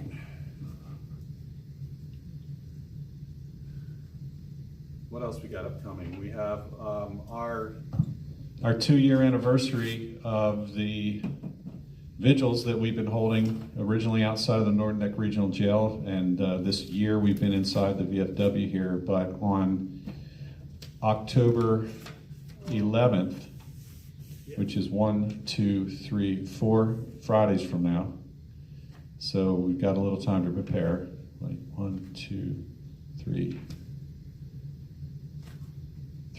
Fridays from now. We're going to be back at the Northern Neck Regional Jail for that. So I think we're going to have some folks come down from DC. We're going to have some folks come in from around the area here, and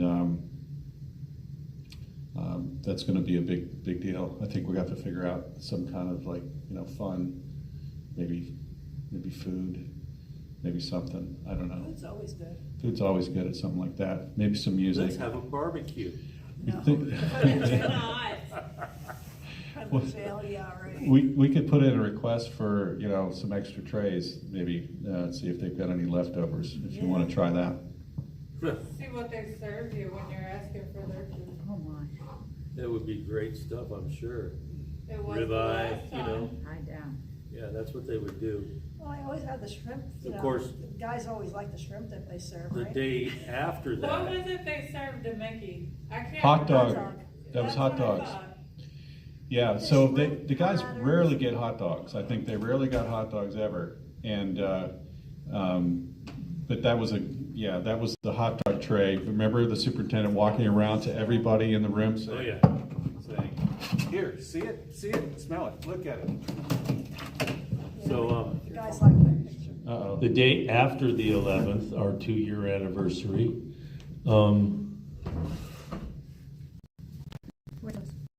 we have the Make America Glorious Again rally here in Northumberland County. That's from 2 to 5 p.m. at 1032 Bleak House Farm Lane. We had a Trump rally back in 20 at the same location. Good times were had by all.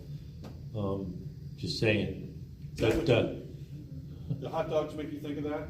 Because they're doing hot dogs this year instead of. Well, So the ribeye. I'm good for, a hot dog or 2 or 3 as long as they don't come from NNRJ. But doesn't that ring NNRJ hot dogs? It's almost like Oscar Mayer hot dogs.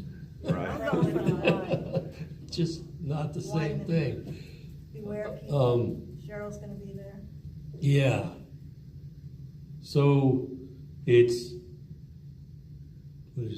$20 a person, whether you have a table or not.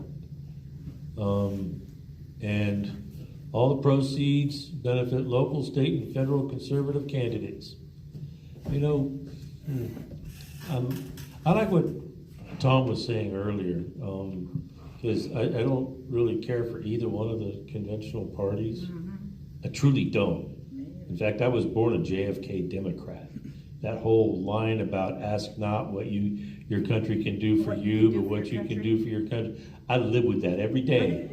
And I guess, in 2024, that makes me a conservative, which I always thought of it as being American, but it seems to have changed hands.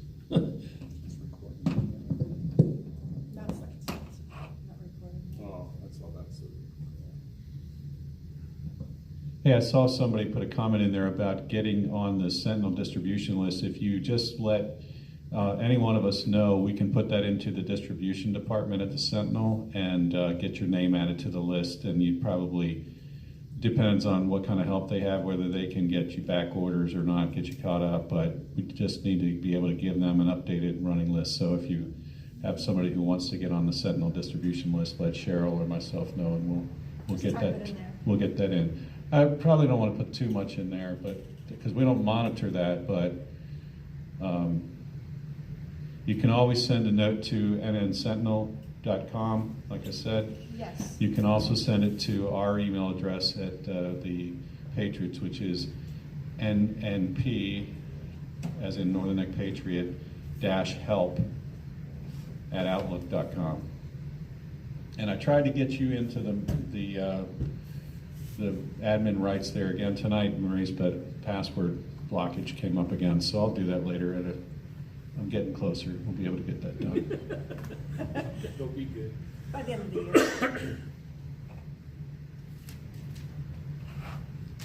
Probably gets another phone call right before the anthem. How does Brian Smith spell his name, first and last? Brian with a Y, B-R-Y, amen. Really? I misspelled that. And then last name Smith is just S-M-I-T-H? Yeah. Because they were getting confused, Brian Jackson, Brian Smith, and they call him Brian with a Y. Or tater tot. Potato salad. That was a cute name. Well, he seemed to lose some of his accent then, I think. Right? Where's he from? I thought he had more of an accent. No. He called somebody tater salad. Tater salad. I think you're thinking of Curtis Tate. Yeah. Curtis Tate's from Louisville. Yeah. maybe He's got an accent, all right. Yeah, he does. He does. Tater salad. Tater salad. He's from Alabama, from Homestead.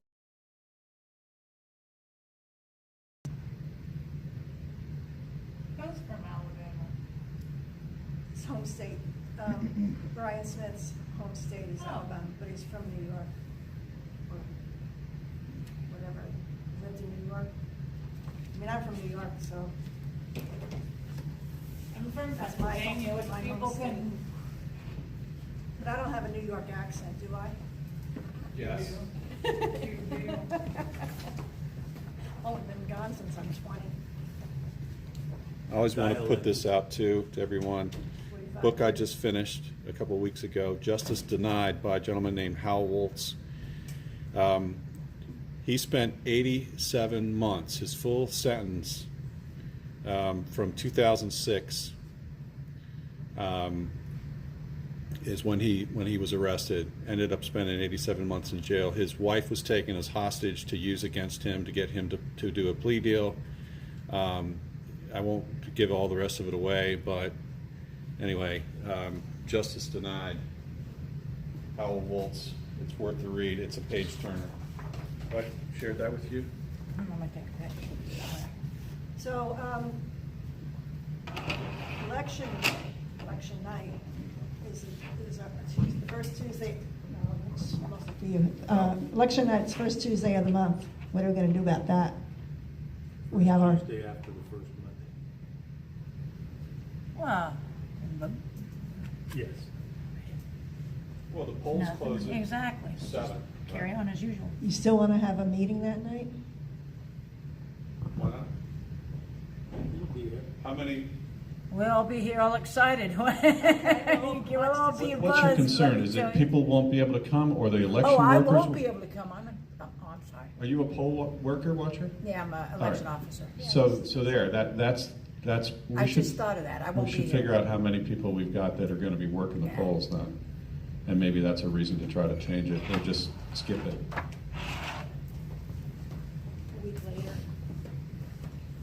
And I know we have another fellow that's an election officer. Ron. I don't understand. Yeah. I remember him saying that. Yeah. Thank you. I just wanted to get a People picture. get out of work, they might get out of work late. So what was he incarcerated for? Well, it was white collar crime. They said that he had embezzled money or something like that. He was an investment firm, and they really were going after somebody else who had invested money in his firm years ago that was suspicious. They told him to get rid of, take your money back. You're not following our rules. And they used that as a means to get in there and then try to find some other dirt on him and all that. So it was a total snow job. Corrupt prosecutor, corrupt judge. They moved him through the 3 different federal jurisdictions in North Carolina. I think he was charged in the Western District, he was arraigned in the Central, and then he was tried in the Eastern, which is all wrong. You can't do any of that stuff. But he ended up becoming a jailhouse attorney. Smart guy, and he just started learning from the rest of the inmates that were there. And then he started spending time in the law library and everything else. He feels, and he wrote this in the book, that he probably has saved thousands of years on people's sentences who were in there either overcharged or even wrongly convicted, and helped them to get their sentences He used reduced. to be held on J6ers. Well, and that's why I wrote Yeah. him. So in the back of his book, there was an email address, and I got done reading it, and I emailed him that same night. The next morning, I had a response from him, including this document, which he believes is the way we can go forward. And you can have that, because I made extra. Okay, thank you. You can have So that. awesome. And he got right back? So, He came right back. that's like an excellent discussion, and I Yeah. don't know if we actually got captured on the thing. But, it sounds like a guy that's actually kind of figured out how to go after the system. Because the reality is, well, NNRJ needs to be corrected. In the much broader sense, the entire system needs to be cleaned up. And at some point, we need to start addressing in person the state elected officials for making and or allowing these things to happen without any kind of effective oversight. That's because that's really what's happening. There's no effective oversight, as you were pointing out earlier. You get a bunch of elected officials and their associated administrative personnel wrapped around a table. You go in and you make a complaint that they're not treating detainees appropriately. Well, we investigated and we're happy with our findings, is what you get. And it's just kind of disgusting, but if there was oversight from the state, there might not be that much of that going on.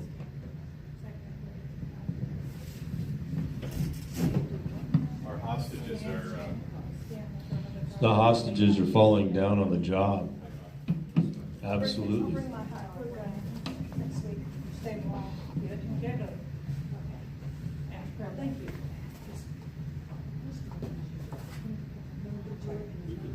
Bring your envelope, please. The money was on with the cell phones and have all these hot glue guns. Well, it's not good. I mean, That'll probably put a hole. You gotta test it. They're no longer hostages. We're back to prisoners. Soon they're gonna have their free. Yeah, that's right. There, yeah. Or free, yeah. Well, like you remember, Jeffrey Brown was the last J6er who spent any amount of time here in Northern Neck Regional Jail. Remember, he was here all by himself, and he didn't quite know why everybody else was gone, but he hung around for those extra few weeks. So he kind of has that special little badge of honor for being the last one here. National anthem. It's gonna be Dominic, right? Hello, this is a prepaid call from Dominic Fox. an inmate at the Washington, D.C. Central Detention Facility. To accept this call, press 0. To refuse this call, hang up or press. Your current balance is $79.21. This call is from a correction facility and is subject to monitoring and recording. Thank you for using Global Tellink. Hello, Northern Neck. Hey, Dominic. How we doing, guys? Doing good, waiting for you. Waiting for you. Awesome. Yeah, you're Well, guys, it's another great week here in DC. And as I know you guys heard from my friend James Grant earlier, one of those rare times where, we laugh and we try to have as much fun in here as we can, but it's rare to have actual, overwhelming joy, not to use one of Comrade Kamala's terms, but happiness and excitement in here. And we all got to really experience that yesterday with the incredibly reasonable sentencing that our friend James Grant received. It was incredible. The government, as you guys know, was asking for 108 months. Probation was asking for 60 months.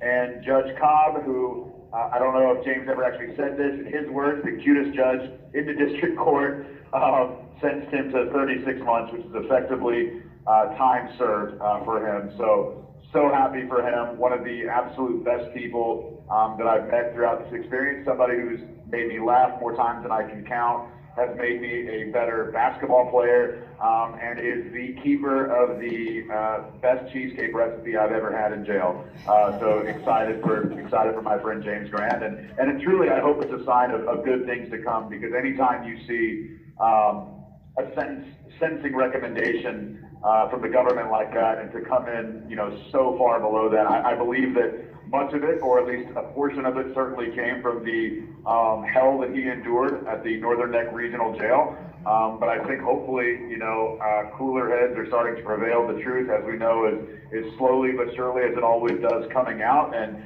no matter the reason, we are overjoyed that he's going to eventually, whether it's crazy. We don't know if they're going to come get him and get him, have him leave tomorrow, if he may have to go to Philadelphia for a few days. But no matter what, he is effectively done with his sentence, and he gets to go back to his friends and family, and we're excited about that. I also, as another matter of housekeeping, I want to say thank you so much, Cheryl. I got your letter yesterday, and though I don't know if I asked you guys for it, seeing the picture of Joe Biden with that Trump hat on, it's now in my window. I try to save everybody's letters, but I did have to cut in their entirety, but I had to cut out that picture because I put out a call and request for it a couple days ago. I think it was on a DC vigil, but it was an answered prayer, and more than that, the incredible letter from my friend Curtis Tate.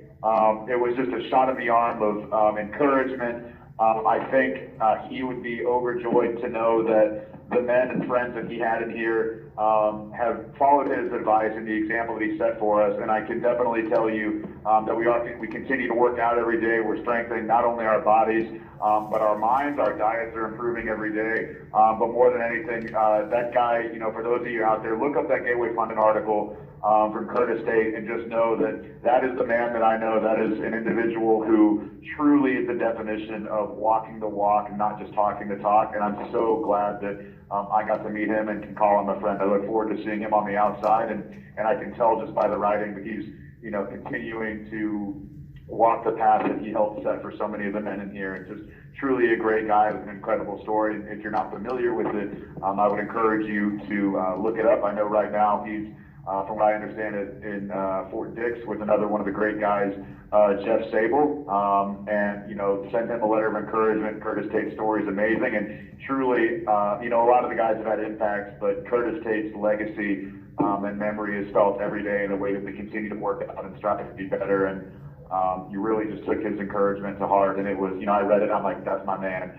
I've also got to say, I appreciated learning that my buddy Chris Quaglin sends his regards, but I've got to ask, guys, a little bird told me that Chris Quaglin may have been calling into the vigil. Can you confirm or deny? Did that happen? Yeah. Well, we did talk to him in the most recent vigil that we did. Yes. Well, from what I understand, he's still asking for an inmate handbook, which is the behavior that I know you've been engaging in here in DC, so I'm glad to know that Chris hasn't changed. I hope he didn't get in too much trouble for doing that, but I don't want to, I know what you wrote in the letter to me, Cheryl, so I don't want to talk about that. Hopefully Quaglin's doing okay. Now, I'll send you an update. I'll send you an update. Yeah, please do. Is he, I heard, from somebody that he was at USP Terre Haute, but then I heard that he might be in Wisconsin. Can you guys tell me, where is he? He's in Wisconsin. In Oxford. Is he in a penitentiary or a median? Oxford, Wisconsin. Penitentiary. Yeah. Oxford, Wisconsin. Yeah. Oh, wow. It's up in the middle of nowhere. It's up almost. Middle of nowhere. Yep. Hey, can I ask you a question? Well, do you get my my letters in color, or is it black and white when they send it to you?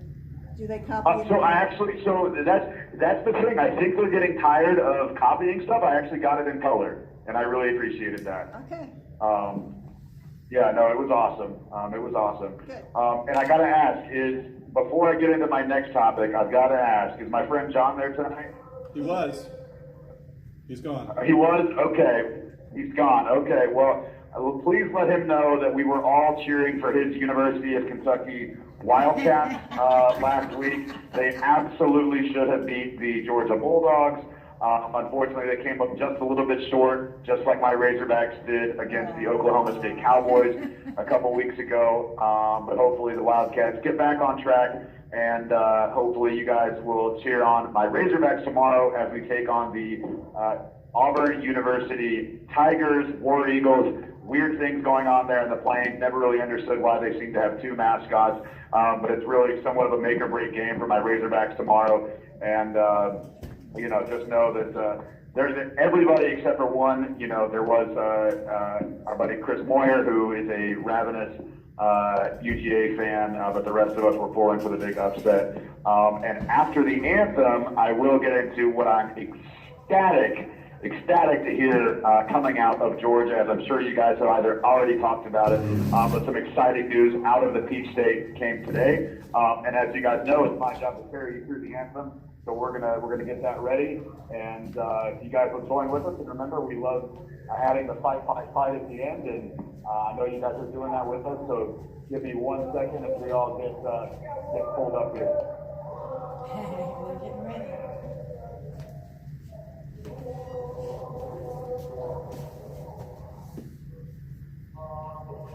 Me. You. All right, guys, that's the moment.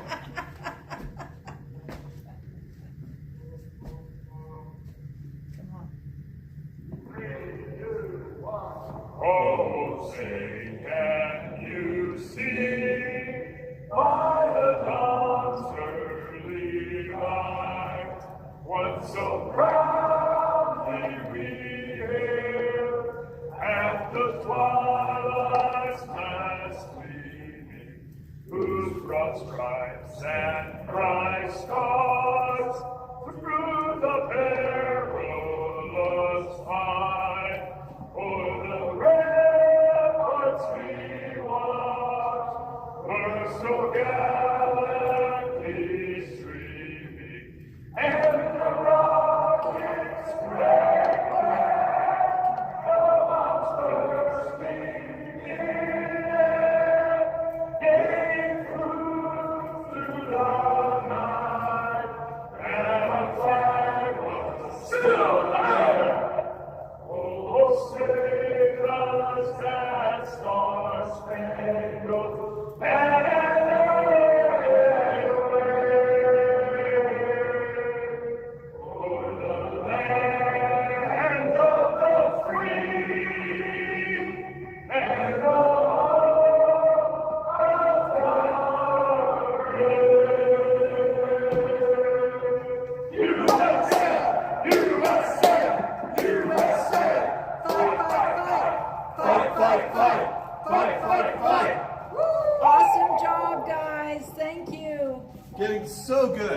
so good. As always. That's still better than the Dixie Chicks, or whatever they call themselves now. Yeah. Right. How many there Well, now, guys, right now in the pod? So you heard me bring up the Peach State earlier. We heard today that anytime the left is freaking out and losing their minds, I'm automatically inclined to believe it's a good thing. And it sounds like the election board in Georgia today has made some incredible, seemingly common sense decisions to hand count the ballot to prevent what happened in not just 2020, but in 2022 as well. So I don't know all of the specifics. I know there's several lawsuits that have been filed previously, but ultimately common sense legislation seems to have won the day today in Georgia, and it should be a model for the rest of the states. There's absolutely no reason that we shouldn't hand count both actual votes on election day and absentee ballots. If you guys check out my Rumble account, it's still active on Chatham Free Press at ChathamFreePress. I actually interviewed Governor Brian Kemp and asked him why we weren't having an audit, why we weren't having a hand count. And though I'm no fan of Governor Kemp's entire body of work, particularly given the typical political answer that he gave me, well, the state of Georgia is very different than the state of Arizona. But glad we have him instead of Stacey Abrams in there. But I was actually, working with and volunteering for an incredible woman by the name of Candace Taylor, who I think you guys would love. She has her podcast, Jesus, Guns, and Babies, also on Rumble. And there's actually, if you check out my Rumble account, there's my interview that I did with her. She's an incredible patriot. She's actually the district chair for District 1 in Georgia. But ultimately, we're glad that the common sense and at least some measures of election integrity are going into effect in Georgia. And really, I just got there like, oh my God, hand counting billions of ballots is bound to cause problems. The reality is they will be counted at the county and precinct level, so it's not like one person in Atlanta is going to be forced to count billions of ballots. It's an organized process. And as somebody who was certified to be a poll watcher, a super simple process. I'm sure some of you guys there in the room right now are poll watchers. I would encourage anybody, if it's not too late, to get registered. If not for this cycle, for the next. It's very easy. It took like 4 hours. Also commit to counting paper ballots, as my friend James Grant brought up earlier. They act like it's some new phenomenon riddled with problems. Well, how did we find out who won the election 80 years ago, before there were computers and ballot calculators? It's just common sense, and it's something that once I get out of here and get back to Savannah, I'm excited to go be a part of as well. But other than that, guys, I did have one funny story that I wanted to share with you guys. Typically, as you guys know, they keep us all separated from the regular inmates. But I went down to medical the other day, and for some reason they put me in the the regular room and not the status room, as they call it. And I had the first question I got from the guys. They said, "Are you a J6? We got some questions for you." I was like, "Okay." And when you're in jail, you learn to not give your opinion too openly, and you're not close to the individual. But first they said, "Who do you think's going to win the election?" And I said, "Well, if they don't steal it, KILL him, obviously President Trump. He's the only logical choice." They're like, "Yeah, so do we." But then, more interestingly, they said, "All right, brother, here's the real question we wanted to ask you. You got to be honest with us." I said, "Oh God, here we go. What is it?" They said, "How often are you guys getting fast food?" I said, "What?" They said, "Yeah, we know you're getting Wendy's and Pizza Hut and Popeyes up there. We just want to know how often it is. Is it once a week? Is it once a month?" And I started laughing and I said, "Never, but I've been here about a year now, so if any of the guys are getting that stuff and not giving me any, I'm very upset." But I was able to dispel the myth and the rumor that we're somehow getting any preferential treatment. As you guys know, I'm not sure if it's just us. I'm sure we actually... You have 1 minute remaining. lower quality food than some of the inmates, considering some of the rodent presence we found in our Raisin Bran cereal. But that's a topic for another day, guys. If I could get some prayers, both for my mom's healing and health. She's coming to see me next week for Family Reunification Day. And also the government has until Monday to decide what in the world they're going to do with my 1512 charge. It's been 3 months, no verdict, no decision on the 1512. We'll talk about that next week. This is Dominic Xavier Fox, number 387-287-GIVESENDGO.com/FreedomJ6, FREEDOM J6 for all my case updates and writings. Northern Neck Patriot, it's a pleasure, as always, to talk to you. God bless America. Save the cats and dogs. Vote Trump Van 2024. Save the cats and dogs. God bless you and the cats and dogs. Gracie says hi. God bless you and the kids. Of course. Good night. Thank you for using Global Tellink. That's funny. Save the cats and dogs. All right. Well, thanks everybody for tuning in. We're going to close it down and get on home. Heckler, man. Take a look. We had one heckler. All right. Yeah. Hey, you all are great people. Good night, everyone. Me? The heckler? Did you see my email to you? No, I haven't checked my email.